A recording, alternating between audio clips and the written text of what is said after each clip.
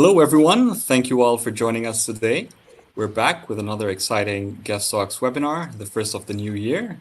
Today's discussion is going to be centered around inclusion and SEN. And together with our fantastic panelists, we'll explore the latest strategies, innovations, and best practices for fostering inclusive school environments. I won't give too much away, as we'll hear from our panelists shortly, but a few bits of information before we get underway. For all attendees, you can find the control panel with a Q&A tab. Please feel free to ask us questions, as the panelists would love to hear your thoughts. We'll do our very best to get through them throughout or towards the end of the webinar. And without further ado, I'd like to introduce our chair and moderator, Dr. Helen Wright, Director of Global Thought Leadership, to kick things off. Thank you, and over to you, Dr. Helen. Oh, it's such a pleasure as ever, Danny, to be here, and such an important topic for us at the beginning of the year, working on inclusion. So I am Dr. Helen Wright, and I coach leaders all over the world, and I firmly believe that inclusion should be at the heart of what school leaders think about. But I'm going to ask each of our wonderful panelists to just give a brief introduction to themselves, and then we'll get started with our conversation. So, Michelle, over to you. Thank you, Helen. So my name is Michelle Sakande, and I work internationally across Ghana, the UAE, and I used to work in the UK, focusing on inclusion, education, equity. I currently work at the Arbor School. I'm also an author and a speaker, and yeah, that's me. And we're very lucky to have you here. Yes, Shona. Hi, Helen. How are you? I'm Shona OCallaghan. I am the CEO and founder of Empowering Creative Minds. We work internationally to help schools to become truly inclusive. Wonderful, wonderful. Again, very lucky to have you. And Emanuel, we're also lucky to have you. Tell us about you. Hey, Dr. Wright, I'm excited to be here. I'm Dr. Emanuel Vincent. I am the head of school at Maple Bloom International School in Dar es Salaam, Masaki, in Tanzania. And I'm also a consultant at Pinkgrape Consulting. I've been in education for over 25 plus years and loving every minute of it. Excellent, excellent. And I know that what powers us all is that fundamental education for all. And we often talk about SEND and inclusion as if it's like an add-on, really. But I think that we've got a group here who are actually really focused on it being at the heart of everything. So I think I'll kick us off with a question. I mean, maybe this is one for you, Shona, to have a think about. That when you think now in 2026, you think, is there anything that feels genuinely different about the SEND landscape, the inclusion landscape, compared to even 3 or 4 years ago? It's a great question. I think there's a few different areas, but one that certainly is at the forefront is definitely we hear a lot now when we talk about inclusion, we hear the word sustainability. And that's really important. It's really important that that's now become an important, a major part of inclusion, is that we realize, and I think this is fundamental, we'll all agree, that inclusion is not just something that, as you said, we tick a box or stick on. It's not an add-on, and we have a long fight to make sure that continues. But now that people are talking in late 2025 and early 2026 about sustainability of inclusion, and the fact that we're focusing on that and looking at, well, how can we make it sustainable? That is huge.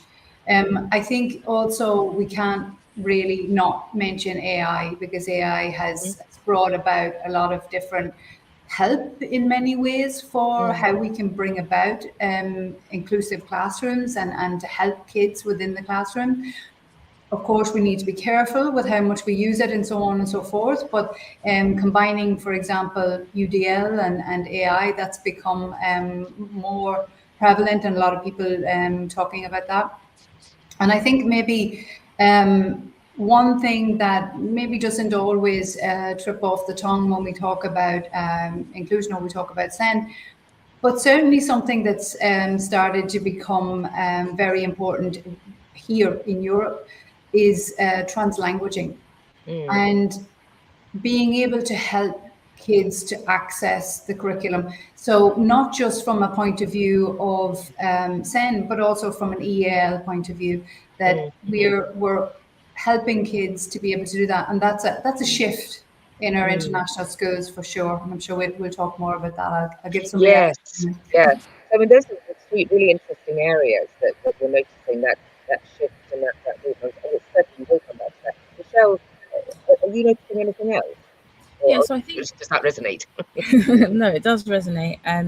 But I think that also there has been a shift towards it no longer being like an optional, peripheral, kind of delegated thing that sat only with specialist teams. I think it's starting to become something that is intersecting with everything, with well-being, with AI, with teacher workload, leadership accountability, assessment reform, and I think in general what I see, and maybe in the UAE, is that there's somewhat of a culture shift towards maybe thinking about how the system itself creates barriers as opposed to it being about fixing learners, which I think is maybe an old traditional kind of mindset that we once had. So I think that things are starting to shift towards a kind of like a strengths-based model where it's like seeming a bit more positive and inclusive in that way. And so let's hang with that for a moment. What do you think's causing that, and what's out there in terms of either policy or practice that you think is enabling that shift to happen? I mean, I think that speaking from the UAE, where I currently work, there has been a lot of policy changes that have been, I guess, which has allowed people to be upskilled and then like raised the profile of certain things, and then that has kind of allowed people to become more aware. And I think as people are becoming more aware and more knowledgeable, and then the trend shift and everything follows from there. I think it's been awareness, because I guess you don't know what you don't know, and then once you know it, you can do something about it. So it's knowing, but at sort of effectively at governmental level. Yeah, that people are knowing, and there's been a huge push over here. Yeah. Yes. And there's certain things that are mandatory, and it wasn't that way, when I moved here a decade ago. Yes, yeah. And Shona, you were talking about sustainability. When you hear Michelle talking about that culture shift, how does that intersect with your understanding of the sustainability of inclusion? Well, I think what Michelle said is correct in that we have change from a policy level, and there's not. And I think the UAE are definitely leading on this across the world. They have the most incredible inclusion policies. We have that also in Europe. We have it in North America. We have it all over the world, where people are moving towards understanding what inclusion is and how it should look. And so part of that then has to filter down from a policy level into pedagogy and into teaching practice and in the everyday classroom. And we've seen a shift back towards quality first teaching. We've seen a lot more focus on adaptive teaching. And what we're just looking at my notes, we're looking at is bringing UDL into the classroom and how that actually might work. But in order to make it sustainable, we need to help teachers to understand how that works. And so across the world at the moment, I think there's still a bit of a gap between what there is in policy and what it looks like and what it could look like to, well, okay, how is this actually going to happen on a daily basis when you have 30 kids sitting in front of you, maybe moving in and out of your classroom every 50 minutes. You've got curriculum objectives and aims and pressures and so on and so forth. So there's still a bit of a gap as to, how this plays out. But the fact that we're talking about sustainability and we're talking about how we can help teachers is really, really important. But it's a conversation that needs to continue for a long time in order to be fruitful. So that's turning the policy. So it's like, it feels like there's a virtuous circle there in terms of people becoming more aware, feeding into policy, the policy then coming down into schools, but schools still needing to develop how they might do this, which hopefully in turn will will affect the policy. Emanuel, just talking about this sense of sustainability and what's happening in the classroom, and what have you seen as being the biggest shifts forward in that respect now compared to a few years ago? One of the main things I think we're currently focused on more so is looking at inclusion and really defining it, right? So inclusion isn't a program or a provision, it's a climate, okay? It shapes our daily design, it's part of our culture, it's part of our leadership. So when you look at the differences in 2026, you know, we're looking at a shift from awareness to accountability, less tolerance for performance inclusion, and greater focus on impact, consistency. And we're also looking at, you know, the lived experience in the classroom. You know, how are students navigating the inclusive setting without any impediments whatsoever? I love the idea that technology and AI is really helping to facilitate, you know, students' acquisition and understanding and navigating their classroom. But the teacher also plays a pivotal role. The parents play a pivotal role in that accountability design. Mm-hmm. So what do you think has made that shift happen? That we're actually really looking at this and understanding that inclusion is almost like an umbrella or at the beating heart, maybe, whichever image goes best. Well, you know, I mean, one of the biggest drivers in any inclusive program is the IEP, you know, 504 or whatever plans that it accompanies. But just ensuring that, you know, with all those supports in the classroom, that the supports themselves are benefiting everybody. And so there's more understanding of what it means to have a disability in the classroom. There's more understanding around professional development. There's less of a fear, you know, in you know, really saying, hey, you know what, we have an issue here, and we're going to put together a really prescriptive program to really ensure students are successful. But then again, it's all based on different regions, right? You know, it's different in the United States. You know, some of the offerings may be different in the UK. The UAE now really have a really robust, you know, autism provision plan, both in Dubai and Abu Dhabi, you know, and some of the other Emirates, you know, are working towards that. But it's just having a really universal understanding of what inclusion is, you know, and how do we work together, you know, to really navigate that platform for students. Now, you mentioned technology there. Shona's mentioned technology, and I feel that sometimes you can't go on a single webinar without people talking about AI. But actually, that's because AI is really important to us all. So, Shona, coming back to you, can you just explore that a little bit more, picking up on what Emanuel said there about how to make the classroom a more inclusive classroom? What's been your experience so far about exploring AI in that respect?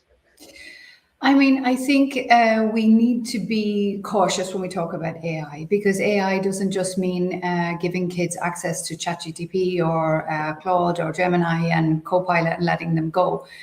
We need to educate kids, all kids, not just our SEN kids, but all kids, on how to ethically use AI. And we need to bring only use within an educational institute AI which has been regulated for education. Okay, so that's a particularly important one. I was at a conference last October. It was the ECIS conference in Vienna, and they had a large focus on this. And it was actually a really good workshop that I attended there that gave an insight into Paddy McGrath from Everway. And he spoke about, I'm sure you all know Paddy, but he spoke about Mizu as a personal AI bot that can help your kids with personalized learning. Now, since then, I have used this, interacted with it, and then recommended it to different schools because it's regulated for education and it can really help. And the feedback that's coming back is that they love it and that they're finding really good opportunities, so that it frees up the teacher, that they have a bit more time to go in and around, float about and help everyone, so that kids are on task and they're engaged and they're moving on further with their own personalized learning. So things like that, things like kids being able to use text to speech, speech to text, differentiating, you know, reading text in real time, really, really powerful for teachers and for learners. And then also the ability to be able to use the translation of some of those texts. Mm-hmm. That is phenomenal for a lot of kids, because we see a huge change in demographic here in Europe, where in the last few years now, you know, we have a lot of different languages present in the classroom, but not just different languages, different levels of English. Yes. And yes. that is challenging teachers to really help kids to access the curriculum. So we're not just, you know, you could be talking about a SEN kid who's EL as well, which quite often is the case. And so in our particular schools, and so this is a really good tool. Now, what we must also do is remember that it's not the be all and end all. Mm-hmm. We need to teach our kids to be biliterate, which means that they're fluent with AI and with technology, but they're also able to lift a book, read a book, have the patience to do so, and understand that while tech is fantastic and it's really helping education, it's not the answer to everything. And some studies that are coming out now are showing us that we need to ensure that we have both types of literacy developed in order to help children to develop their brains properly, and also problem solving and thinking and so on and so forth. Mm-hmm. And the way you're describing it, you focus very much in there about the personalization of learning, and that is feeding into what we're describing here about inclusion being for all. Inclusion being for all. Have you seen anything, Shona, that you would say as or any approaches to use of either AI or technology that you've seen have been particularly acutely important for children who have special needs, that we might in the past have said these are particularly challenging for teachers to manage, other than just not just a bot as well, but because obviously that's really important. But I just wondered if there's anything else that you'd come across, or strategies or even ideas that haven't yet been developed. I think we sort of have to go back to basics at times and know that a lot of what we have is really fundamental and good, and it's there for a reason. So I think sometimes what can happen in schools is that it's coming up to exam time, or it's coming up to a particular important time, and we think, oh, we'll get them a computer and we'll give them a computer, but we haven't taught kids how to use their computer. Children or teenagers should not be going into IGCSE, IB or A-level exams with a brand new computer that they do not know how to use or manage. That is another barrier that we've just placed in front of them. So they should be, once they have been given the right, which is also another important area, that they're given the right to use computers, and they're given a right to be able to type in exams or type in classrooms, that they're given that from as early as possible, and that they know how to use it and use it well, so that they are fluent in that, and they're able to use different tools within their toolbar that can help them, obviously regulated, and obviously that it is within the confines of the exam or within the confines of the classroom, but that they know how to use all of those things, because it doesn't matter what we have or what we come up with or what we get or what new gadget comes into education. If kids or teenagers or students don't understand how to fully use these and use them in the right way, then again, we've just placed another barrier in front of them. So I think really good practice is where your kids know what it is they can do, how they can do it, when they should be able to do it.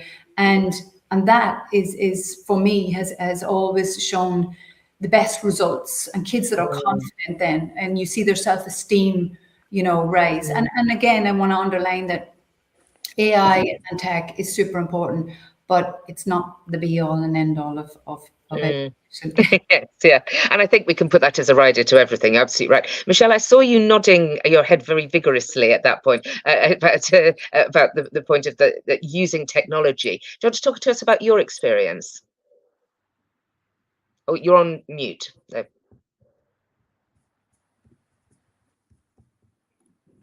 And we still can't hear you, actually. So, oh, there we go. Great. It's a mixed bag, I think, because the teachers that are to upskill the students. As Shona was saying, like we need to teach students how to use these tools properly. Need to be completely on board and not be afraid themselves. So they need to be upskilled first. They need to understand the benefits of it and not feel like, I mean, there's mixed views, I think, amongst teachers. There are some teachers that are on very different ends of the scale in terms of how they feel about it and what they and how good they think it is. And Shona made some good points about children being biliterate and actually being able to still, you know, read and write in the traditional sense, but also being tech savvy as well. And I think that that is key, because actually for everyone, every single learner, irrespective of whether they have special needs or not, needs in this day and age to be both, to be biliterate with both tech. So yeah, that really resonated with me when you were speaking on that, and also what you were saying about it needing to be regulated. I went to a conference put on by Toddle, and they were kind of showcasing what they do, and so it was like a whole program that the school can kind of obviously buy into, and then they can do everything for you. So it's all regulated in this one system. It kind of impacts teacher well-being, and teachers can offset some certain things, but also it has personalized learning like deeply embedded into the system, and once the children know how to use it properly and adequately, then it is super beneficial and saves the teacher lots of time. Because I feel like my main barrier or resistance has always come from, you know, teacher workload and time constraints, things like that, and actually the use of AI and technology mitigates a lot of that if teachers are on board with using it in the right way. That brings me to an interesting question, because most schools will say that they are inclusive, they have inclusive values, but sometimes the practice in the classroom might not be quite the same as the intent.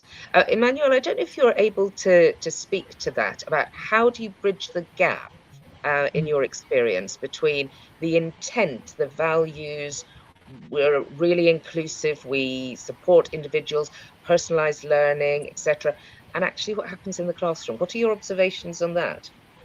Well, I think the mindset now is what's really driving the change right now. It's a combination of mindset and a combination of pedagogy, and I think those two working in concert. You know, I mean, there's still policy there too, but at the exact same time, we're just ensuring that, you know, there's equity, you know, for everybody else in the classroom as well too.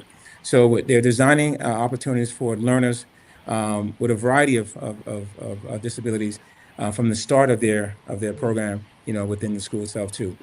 Technology does play a huge role, you know, so augmentative assistive technology. AI has helped really leveraging that gap, because technically, you know, students are being pulled out of class, you know, for individualized work. And so what's happening now is that a lot of that work is being facilitated in the classroom, you know, with AI providing that assist, you know, to go from there. Leadership themselves are looking at, you know, hey, you know what, I'm running a school. My school has about 300 kids in there, you know, maybe a small percentage of my kids, you know, within different classrooms, you know, may have a disability or inability, you know, then how do I really understand, you know, how to really navigate this continuum to minimize any type of flashbacks, you know. And so leadership follow through is very, very important. And then just maximizing on some of the support staff that's there and providing more personalized care. And that includes, you know, parent being a huge part of the overall design, and just facilitating, you know, what that understanding is going to be in the classroom with kids. I want to come back to the parents in just a moment, actually. But as you're talking, I'm thinking there are going to be some people watching and listening to this webinar who are in schools where they know that AI should be able to help, or technology should be able to help them. But then they think, well, there are so many barriers to this. There's cost, time to implement it, drive to do that, and then it feels like impossible. Emanuel, what advice would you give to those people? Because we're hearing so many amazing things about how technology can almost like level the playing field for people. It's much more it helps for a much more personalized approach. There are so many tools out there that people can use. So what advice would you give to those people who are maybe seeing the barriers to its integration as being something that's very difficult to overcome? Well, it can be. It can be very difficult because we have a lot of parents who, may not be tech savvy, and that's fine. And so some of the offerings I think really great and smart schools can do is perhaps hold courses, right? So, for example, if you look at Mifflin, if you look at McGraw-Hill, if you look at Pearson, a lot of the curriculum that's taught is integrated within an AI model design, and so the teachers themselves, are constantly doing PD to upskill, their understanding of how to navigate that domain. Schools can now set up, different professional development for parents, at the start of school, midway through the school, and towards the school year to really get familiarized, with the technology and how to navigate that. I think smart schools that have done that, have also gotten an added benefit in knowing that, as teachers are navigating this platform at school, parents are also walking with them as well too. So now a mom and dad can check the student work. If a teacher has, any type of homework and any type of enrichment work that needs to be done, that can be done on that platform. And so that connectivity and that communication, is happening in real time, in some instances too. But I do think the parent PD part is very, very important in upscaling parents and making them very comfortable with the platform. And Shona, I saw you nodding there at that parent involvement, and how do we encourage or enable parents to become partners in their child's learning in order to create a more inclusive environment? It's a great question, but I think Emanuel really touched on already in that we have to educate parents. We have to educate all parents, not just parents of SEN kids, but parents of all of our kids, because we're not going to get rid of stigma. We're not going to help our children to grow and understand about each other if the parents don't understand as well. Now, quite often the kids will know and the kids will go home and they'll teach the parents, and that's awesome. But if we can educate all of our parents so our parents are supporting each other, then that is fundamental. Inclusion, I think sometimes we look at inclusion and we think, oh, inclusion, we're talking about the kids. But we're not just talking about the kids. We're talking about the teachers, we're talking about the staff, we're talking about the parents. It's the whole school community. So we must include the parents in this journey on inclusion. And that means educating them, involving them. It means when they have meetings about their kids or about their child, that they're involved, that they get a voice, that they're listened to. I think it's really, really important, and that we bring the learners in when it's applicable and when they're old enough to be able to do that, to give them a voice. But it's really important that this becomes a journey for the whole group, teachers, staff, any other members of staff that are involved, even external, teachers or specialists that might be brought in, and parents and the learner, that they grow together. This journey moves together so that we all know that we're all there fighting for the same cause, which is to help this learner to become the best that they can possibly be. And when you have parents that are really involved in that process, you find that it's so much easier. When it's broken up, it's so much more challenging and difficult, and it becomes fragmented. But when they work together, then that is so much better for the learner at the end of the day. But if we start at a global with the community of the school, educate parents overall, and then we all understand why we're involved in these particular meetings, or why we are using the language we're using, or the kids are doing specific projects, then we move together better as a community, and we become an inclusive community, and we create an inclusive culture, rather than it just being, oh, this is something that the school is doing or we have to do. So what kind of best practice or really good practice have you seen for schools where they have actually managed to educate parents. And I'm very struck by what you say about educating all parents. Well, you see quite a lot of reduction of parents, maybe have in the past not wanted their children to be in groups with another child who may be neurodivergent. And so you see a reduction in that. You see a reduction in complaints. You see parents that are happier. You see children that are happier. And that's what you want in a school. And you want, the parents and children are happy. Hopefully that means that our teachers are also happy, because it's really imperative that they're happy too. But you see better well-being and mental health, because people understand. It doesn't become, it's no longer this idea where people don't understand what things are, but when it's something is talked about, like Michelle mentioned earlier about awareness, when you are spreading awareness, it becomes more of a conversation. And because of that, then you find schools that are happier, schools that are parents that trust the school, parents that trust teachers to be able to make decisions about next steps. So you find a reduction in where parents are coming in and feeling that, and we see a lot of this in the UK at the moment, but where parents are really advocating and pushing hard because they feel that they have to, they feel the need to do that. But you see a reduction in that because they know that the school is already doing everything that they should be doing and probably more, and they trust the teachers and they trust the staff who are involved because they know that they have the best intentions for all of their learners. So really you see better mental health and well-being and happier schools. And that education of parents or of the community is really important, in that there's a message that's coming out of what you're saying. Michelle, what experience do you have, or what really good practice have you seen in how to educate parents effectively, or all parents?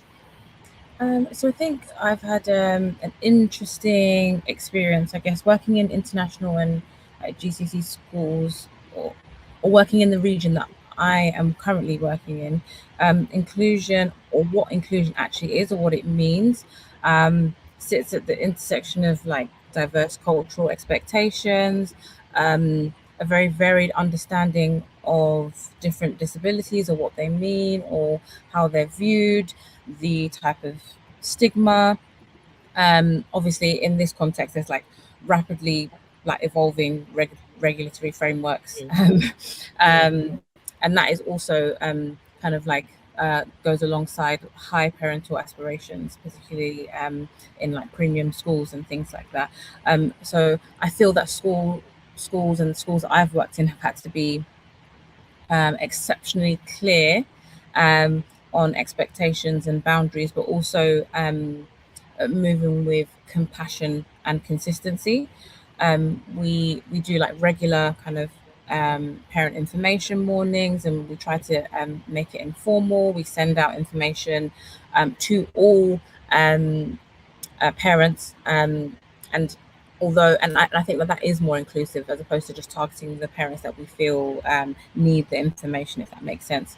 And I think a really key thing in this context anyway is not kind of importing a kind of like Western model wholesale, and being culturally responsive depending on who you're dealing with, and being family centered. The school that I work in at the moment is very family centered, and there's a good community and culture that has been developed and built over time. Shona mentioned that about it being something that's for the community, for everyone, and has to be grounded in trust. You have to have those relationships, and those have to be developed first before parents are going to trust the school with whatever it is that they're doing. And how do you actually communicate with parents and how do you get them to change their minds about being inclusive and compassionate and understanding that other people have got different needs and that's okay, and their child benefits from being with children with different needs? How do you actually, what's been your experience? I don't know that anyone's got the absolute answer to this, but it'd be lovely to hear your experience. Yeah, so I mean, we are intentional with everything that we do, and like I said, consistent, and just continue to keep the same messaging, if that makes sense. And I think being truly inclusive isn't just about including other children. It's about it being equitable. I think Emanuel mentioned that, and I think educating everyone on what true inclusion is, particularly in this community, in this environment, and just continuing to like live that and make that our lived experience and make that what we do, what we live, what we breathe. I think then you kind of have to like just get on the train or and obviously there's always resistance. There's resistance with a lot of things that it's not something that can be enforced, but you just have to keep on keeping on. Yeah, so there's a persistence in there. Emanuel, I saw you nodding your head. What experience do you have of what can be really effective in enabling all parents to contribute towards an inclusive environment in school? Yeah, and I'm thinking about this in the context of international and also the GCC, right? So when you talk about inclusion, it's an added complexity, and part of that, within that added complexity, you have to also look at perhaps three things. You have to look at culture, you have to look at language, you have to look at regulations, right? And I agree, it's not a one-size-fit-all model. Those models don't work. If you take a model from the US, you take a model from Australia, and you bring it into a different country, that model isn't going to work if you do not consider the language, the regulations, the culture, the people, and also, but it also has to be anchored in shared belief, it has to be, and you have to adapt whatever strategy you have locally. And so one of the things that I've always advocated for is when you walk into an inclusive school, you'll know, because it's a shared language, right? Everybody is there, everybody understands it. When I visit school, consult with schools, and I hear, we're trying to grow our inclusive practices, I'm a little bit scared, right? Because at this point, 2026, 2025, we should already be there. But not every community is there, No, and sometimes that's true. you'll hear, oh, the parents aren't ready for it. The parents aren't really ready for it. And so we're trying a really slow crawl in getting there. Look, there's not one parent on the planet who can tell me that if their kids has a disability and they're struggling in fitting in, that they wouldn't want a school that considers who they are, that meets them at the door, that walks with them, and provides various plans to help get that kid from where he or she is to where they need to be. So those communications and those designs really need to be anchored around community, needs to be anchored around culture, language, because all those things can really change, how adaptable and locally these practices can be. And what's the role of the leader or the leadership team in this, Emanuel? Well, the leadership team, you'll find that not a lot of principals have special education endorsement, and most schools now are really doing that. So if you're going for your leadership degree, there are probably some classes in there that you have to take, and I think that's fantastic. But I think the leader really has to understand that within the academic and social emotional design, that inclusion itself has to be designed to really invite everybody in. So inclusion isn't just for a student in a wheelchair coming to school and you're trying to make that design, more feasible, but inclusion for somebody who may not have a disability that's overt, right? And so I think the principal really has to understand in working with their leadership team, what inclusion is. So professional development is really, really good at that. Most schools have a special ed teacher. And so that teacher does a lot of PD with teachers, but I think also admin needs to be integral, in that design. They need to be an active participant in that design. And they also have to lead the charge, because if they don't understand inclusion, then to a certain degree, how can you ensure that if your school has inclusive practices, that you're hitting all those marks with fidelity? And for me, I think they can't for the ones who are not there.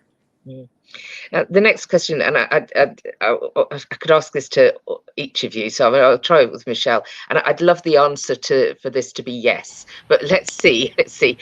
Would you say that more and more leaders are more and more aware of the importance of inclusion and therefore are leading the charge? So as I said, I'd love the answer to be yes, Michelle, but that may not be the case, so tell us.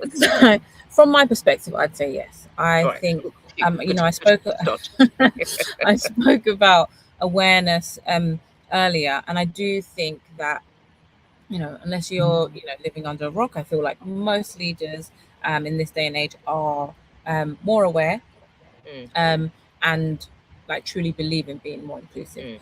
Yes. I think the main barriers to actualizing that are around like finances and things like that. Sorry.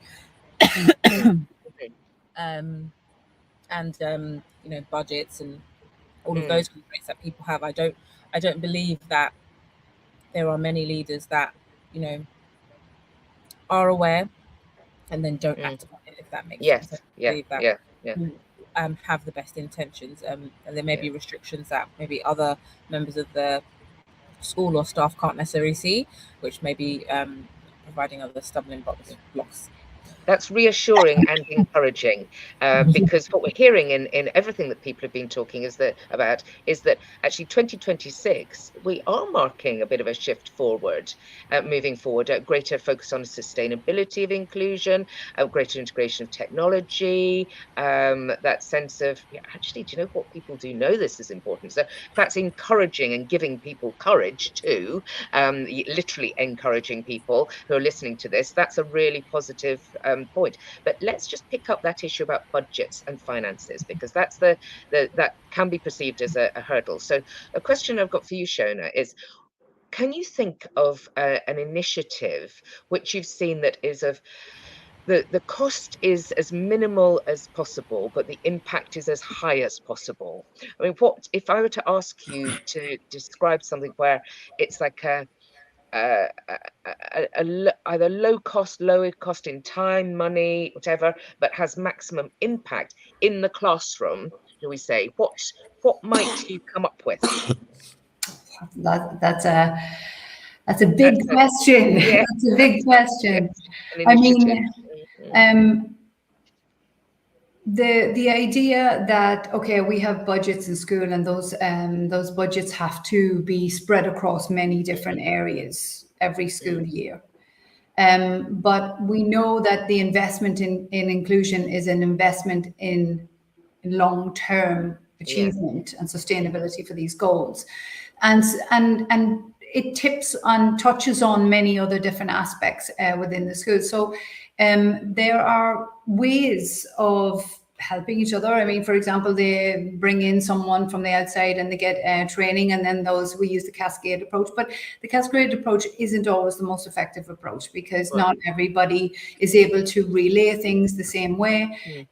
But I do believe that it is very important that teachers are given time, which did happen in Dubai and Abu Dhabi, where they were lifted, the inspection years were given a little bit more space. They were given a bit more time. That hasn't happened across the world, unfortunately, but that would be an important area. I think it's important because it gives teachers like the opportunity to breathe, the opportunity to take the training that they've been given and implement it. Because what we find quite often is the teachers say, this was a lovely day. We had 2 amazing workshops. It was great. So many great ideas. That was a great conference. I had great things to do. But now I'm actually back in my classroom. I have books up to here. I have assessments, I have teacher meetings. I don't have time. I don't have time is what we hear quite a lot. So in order to make the investment in inclusion, worth it for teachers and worth it for the schools, it's not really about how much the actual PD costs. It's what happens when they come back to the classroom. Are they given time to implement these strategies? Are they given the flexibility to be able to do that, so that we know as teachers, as a former teacher myself and everyone here, we need time to be able to, okay, how's this actually going to work with John and Joe and Sally in my classroom? How am I going to make that work here? So we need to give teachers time. We need to give them the flexibility and the opportunity to be able to do that. We need to listen to what they say when they say that didn't work for me. So when you have follow-up, I believe follow-up, this is something that we do because we know it's important, but it's to follow up with, okay, even in schools do this and it's really good that they have certain types of external PD, or they go out to conferences or whatever it may be, and then they come back, but then they say, okay, let's all get together again, and what worked and what didn't work, and look at how that then is brought into their school and their policy and their curriculum, and how it feeds into everyday practice. So you can set aside a budget for inclusion, and you can spend it on maybe a professional development, maybe on tech, whatever it might be. But if you don't spend the time looking at how that actually is implemented and how it is long-term impacting, then it's just a waste. We've just thrown that money out. So it's better to invest in it, but then to see how it actually works. And I think, honestly, listening to our teachers, which is something we don't do enough of, and we need to listen to our teachers because they are on the ground, they know what is happening, and they're the ones that are implementing the practice. So we need to hear what's working, what's not working, and then shift and move from there in order to help them. So what you're describing there is not a single initiative or a single tool. It's the process of people learning, being able to assimilate, being introduced to a number of different ways of doing things, and then having that time in the classroom in order to try things out and then evaluate, maybe have other people evaluate and track how it's working. So that feels like a major thing to be saying to people. But if we don't do this, then inclusion is going to end up being just one of these buzz fads that we had in education, and we have a lot of them. But if we don't genuinely spend time seeing how the different practical strategies and practices can be implemented real time in our classrooms, and the teachers given the ability to be able to do that and to effectively use their TAs and know how to do that. If we don't do that, then inclusion isn't going to stick. It's just going to be a fad. And we can't have that happen. It has to be sustainable for all the reasons that it's come about in the beginning. I truly believe that that's one of the most important aspects we need to look about for inclusion. And Emanuel, does that resonate with you? It does. But one thing I want to go back real quickly, because you asked a question about do principals and stakeholders understand inclusion, right? I think there are two things that you have to consider. I think universally they understand what inclusion is. They understand that there's certain things that we need to do for our students, especially for our autistic students or our students with mild to moderate disabilities within the inclusive setting. I think they understand that. But then kind of picking back and going back what was just said in the sense of, when it comes to the technical aspects and unpacking everything, I don't think they really understand what that means. And so they allocate that to perhaps the special ed teacher. They allocate that perhaps to the school counselor, who in terms work with teachers and other stakeholders at the school, at the ground level with the teacher, to fully ensure that students coming into that design, really get the services that they need. Now, I do think that, I think that the budgeting part of it is very, very important. And most schools, at the end of the year, they start looking at their budget based upon students, based upon the number of students who are attending. As we all know, one of the highest items that goes off a budget is salaries and benefits, and it's everything else too. But there's also a cost saving there that they also have to mitigate as well too. But I don't think inclusion, when it comes to money, has to be this Herculean thing, right? Because in essence, we're talking about communication and expectation gaps. We're talking about, ensuring that families feel heard, okay, and not unheard. Ensuring that schools don't feel overwhelmed because they're working in concert with parents. And the deficit is focused on conversation, that erodes trust. I think if these things are on the table, it minimizes, ensuring that, that every student at the school who needs a particular service are getting it, and they're getting it, from the start of school. And so I want to kind of echo back to say, hey, you know what, when you walk into an inclusive school and you start asking questions, for the folks who are doing it on the ground, they get it, they know it, and so for them, the conversation is not about, we're going to do this, but they're going to tell you, hey, let me walk you through what we're currently doing now and how your kid can really fit into what we're doing through differentiation. So investment in time, investment in the process, investment in learning, really. Yes. Yeah. So here's a question for you, Emanuel, as well. How much more education do school principals need from their special ed teacher? What do they need to be? People need to educate back up? You said it sort of comes down to the special education or teacher about technical aspects, but then is there perhaps another process which involves educating the leadership again about what is actually going on? There is. And I think universities now are looking at, when you're going for your master's program in leadership, they're integrating, some special education courses, to really ramp up, principals or future principals in learning how to navigate that terrain. Technology is also very, very important as well, too. Let's remember, okay, when ChatGPT came out, there were no directions. Yes, yes. It's only now that we're sitting back, we're saying, here's how I use chat. And chat is a very interactive, technology. I think our task now is how do we use it to our benefit? Now I want to take you back all the way back to when the calculator was introduced, right? People lost their minds. Okay. People literally jumped off the bridge, right? And I think what you're finding now is they're doing the exact same thing with chat. And I think schools and principals themselves can really learn how to really utilize this technology to be more impactful. And when you talk about a learning deficit, some of these AI systems can really tailor that learning and that personalized learning to that principal to level them up. And so the special ed teacher can provide a more of a consultative design to that leader and say, hey, let's sit down. Let me tell you about the number of students at our school who are currently on our special education role. And these are students who are mild to moderate, ED, LD, and BD, but also these are students, who are maybe autistic students, mild to moderate to severe to profound. And here's what we're currently doing with their IEPs, with some students with their 504s, with some students with their PLP, their personal learning plans, with some students.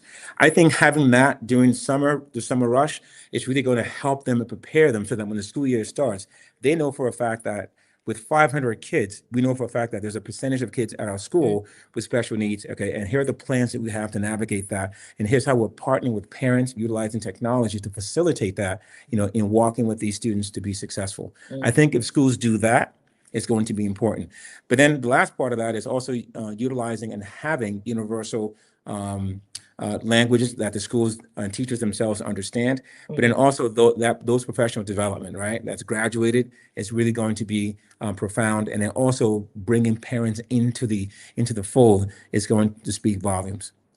I'm loving the way this conversation is going, because what we're pulling out of it are processes that anyone could actually sit down and do, because you've got the human brain and access to some AI to help put these things together. Yes. And we're talking about processes about structuring learning of the adults within a school and the parents, the adults outside the school. So how do you structure that? And we know now you don't need to just sit down.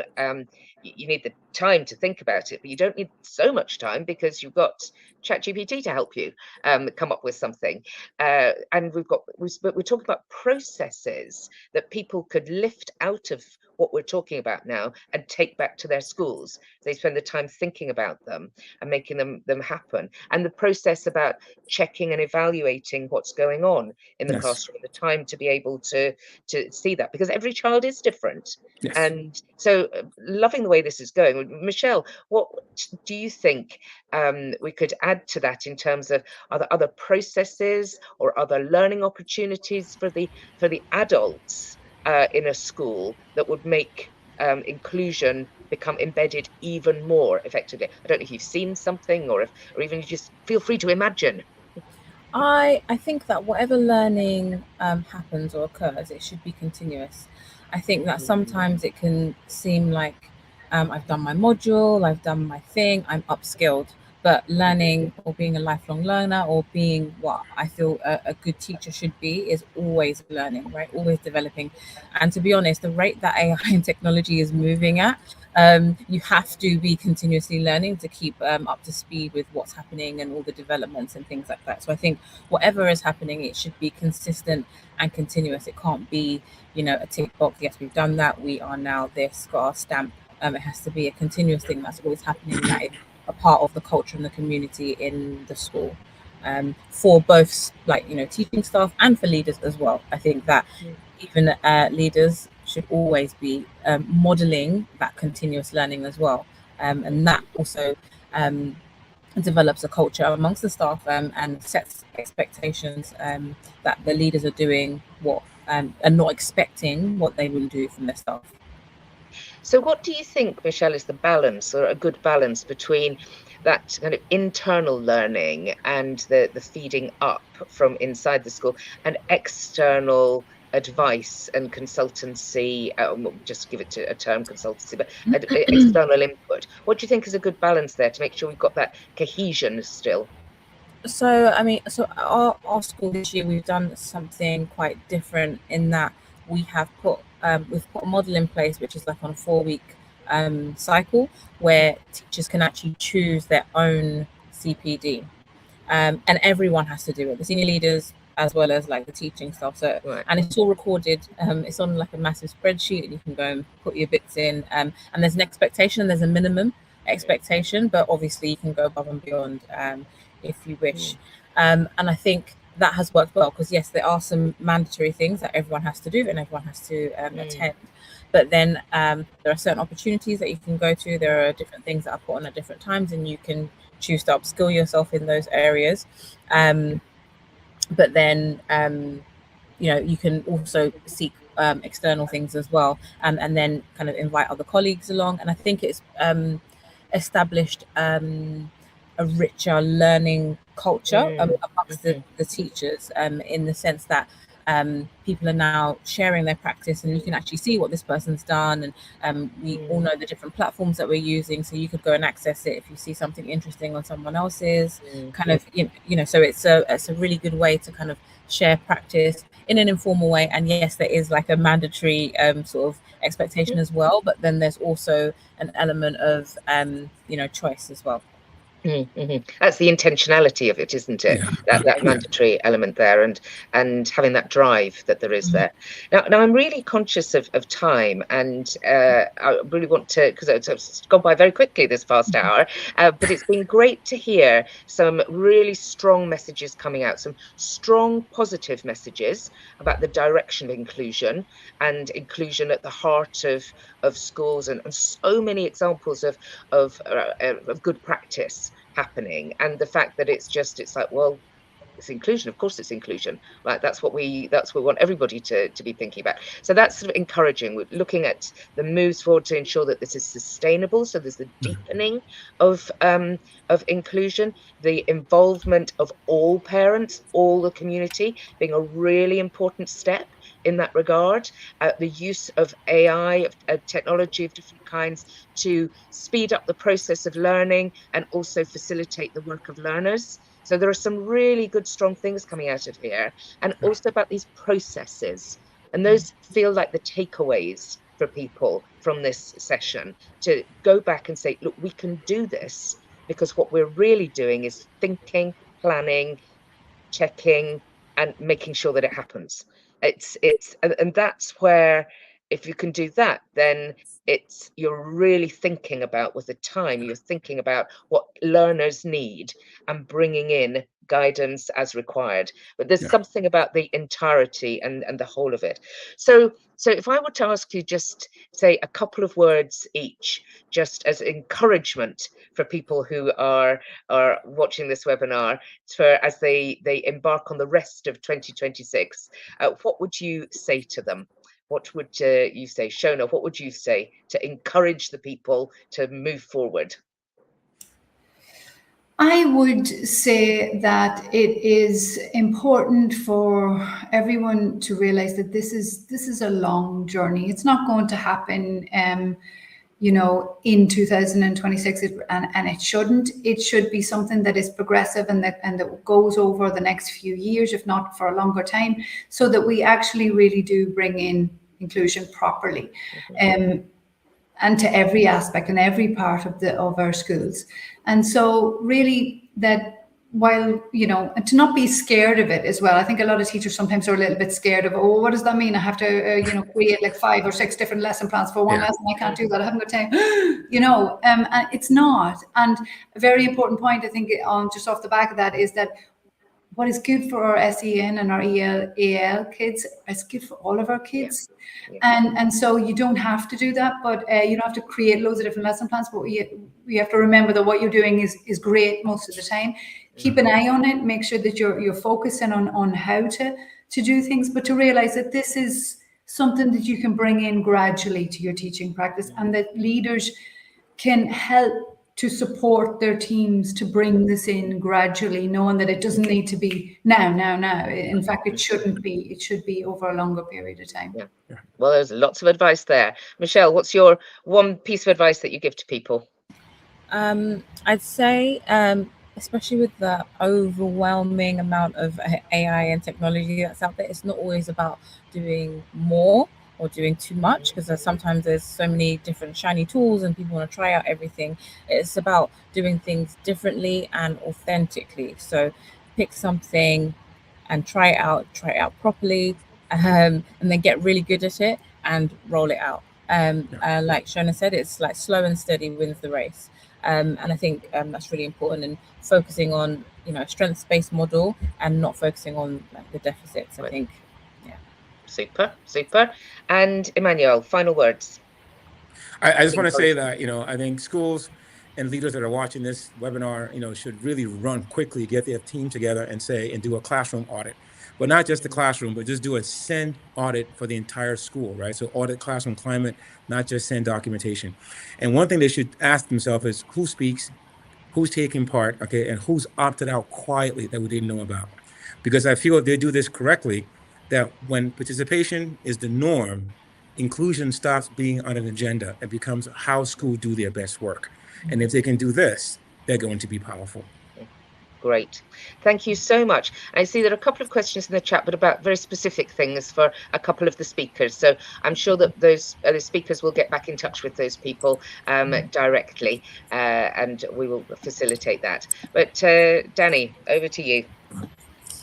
Brilliant. So that was really interesting and inspiring. Thank you so much, Dr. Helen, Dr. Emanuel, Michelle, and Shona, for sharing your expertise and insights today.